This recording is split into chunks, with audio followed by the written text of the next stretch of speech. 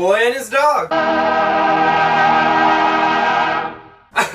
Alright guys, before I start off this review, I want to start by saying thank you to Edgar and Eli, two fans of the show that suggested that I review this movie, and I just want to say you guys are fucking weird and crazy because this movie was fucking weird and crazy. Before I get into all of that, let me tell you what this movie is basically about. A Boy and His Dog stars this dude right here, who you may know from Miami Vice, and it also stars this dog right here who has telepathic powers. That's right, the dog in this film has telepathic powers, and it's actually kind of cute, the relationship this character who goes by the name of Vic/Albert and the dog Blood, that the relationship that they have together is actually kind of sweet and cute. It's kind of like a old man and his stupid young son type relationship, where the dog like essentially tells the human character Vic like what to do in every sense of everything, and what to think and what to say, and kind of like how to survive. But I'm not gonna really talk about that too much because the first hour of this film is really fucking boring. Not that it doesn't have some cool and interesting ideas that it plays with, it's just kind of a slog to get through the first hour. However, the last 30 minutes of this film, it ramps it up to fucking 70s crazy town and takes a strip of acid and just goes wacko fucking nuts, and I fucking loved it. The last 30 minutes of this film were so fucking awesome. Like, it's cool. But yeah, this film, A Boy and His Dog, it follows Vic/Albert and Blood, a telepathic dog who are trying to survive in which is essentially a post-apocalyptic wasteland. We already had 4 world wars. The earth is like decimated and destroyed. It's just, like I said, in a post-apocalyptic wasteland. And it just shows that this dog and this dude are trying to survive in this crazy atmosphere, and it just shows them kind of like living life and doing what you would expect. You know, they're scavenging for food, scavenging for ammo and guns, and all that stuff is really cool. They even go to this like post-apocalyptic like shopping center where people are like watching porn and eating food and fucking having sex with the one prostitute. That's another thing. Women in this film are like very like few and far and in between, because they're like in hiding, because like once a man sees a woman in this post-apocalyptic, did I have a stroke? I'm gonna say that word a lot of times and I know I'm gonna fucking stumble over it, but that's whatever. Fuck you if you don't like it. I don't fuck with you.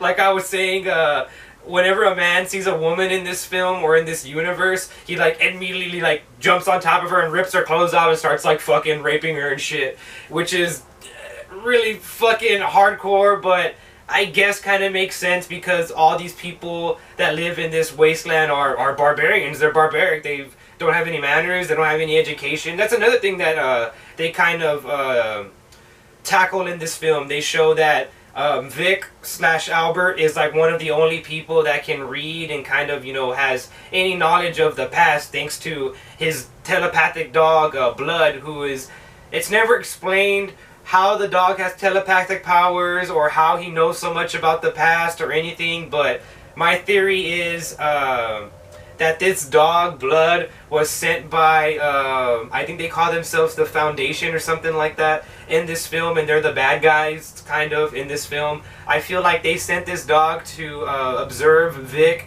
and what ultimately happens is Vic comes in contact with this girl, and he is like, man, I want to fuck the shit out of this chick. So she leaves from this post-apocalyptic shopping place that they're at, and he like follows her to this like abandoned building, and he's like, I'm gonna totally rape her. And like he fucking sees her, and she's like taking a shower because there's like running water in a post-apocalyptic abandoned building. But whatever, it's the 70s. I'm not gonna do too much logic here. So he goes in there and he sees her and he's like, yeah, it's raping time. And so he like busts in, he's like, get ready. And then she's like, hey, whoa, hey, what, do you even want to know my name? And he's like, I guess. And they kind of just start talking or whatever, and then he's like, alright, I'm not gonna forcibly have sex with you, I'll just have consensual intercourse with you, I guess.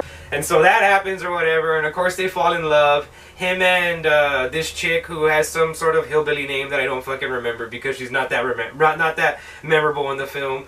And so she has sex with him, and they like fuck like a million fucking times, literally a million fucking times. It like shows it in the movie, which I thought was hilarious. And she tells him like, hey, why don't you come with me to this place called the Down Under, and we can like live happily ever after, and we can be like sophisticated and shit, it'll be really fucking awesome. And he's like, no, not without my dog. And she's like, no, your stupid ugly dog can't go. And he's like, I'm not down with it. And so he like kind of like leaves or whatever, and then he like leaves and he talks and argues with the fucking dog like normal people do.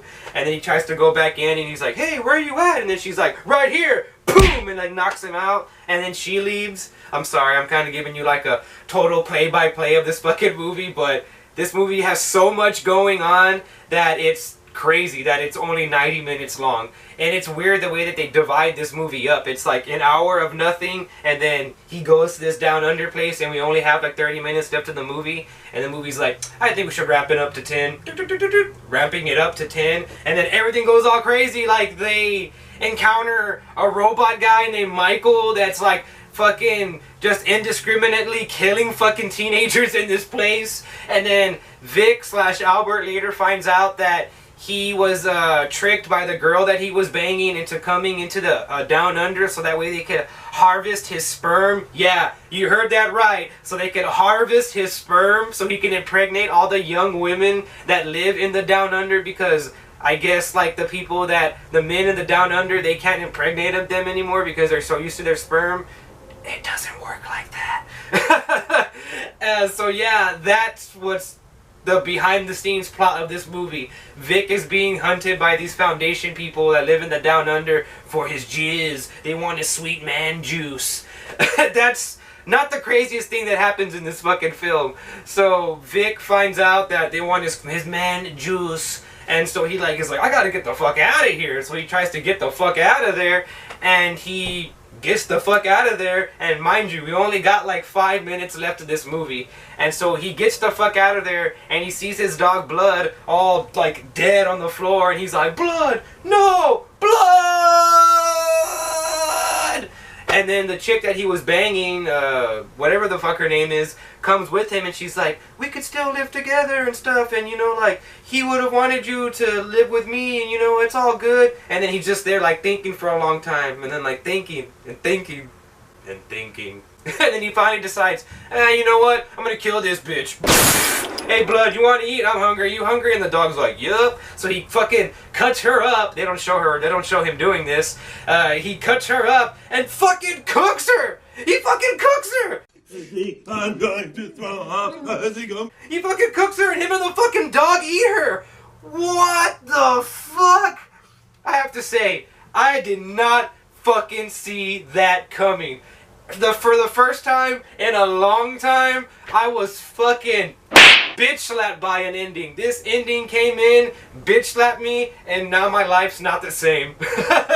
Oh my god, this movie had such a good fucking ending that I again did not fucking see coming.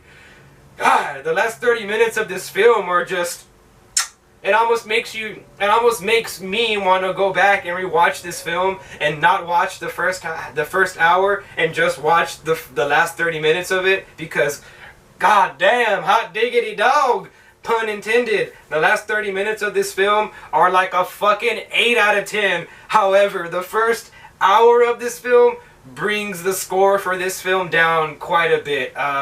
Like I said, the first hour of this film, it's a slog, it's boring, there's not really anything going on. If you were to just only watch the first hour of the film, it would play like any other late 70s, 80s movie where some good-looking guy is walking around just trying to get laid, and he's hanging out with his best friend, except for this time his best friend is a telepathic dog. So once you get past that hard, long hour, you get a sweet, sweet 30 minutes of 70s crazy fucking bullshit. So for that, in all, yeah, I'm gonna rate this film a 6 out of 10. It's crazy, it's wacky, it has an ending that you don't see coming. Well, if you watch this review, you're gonna see it coming because I just fucking spoiled it. But whatever, that's why you watch me, right? So the final verdict I'm gonna give this film is a 6 out of 10, or 6.5 out of 10. I enjoyed the last 30 minutes of this film, but like I said, the first hour of this film, god damn, it was a fucking kind of a hassle. Alright guys, I'm Ryan T, and don't eat your girlfriend.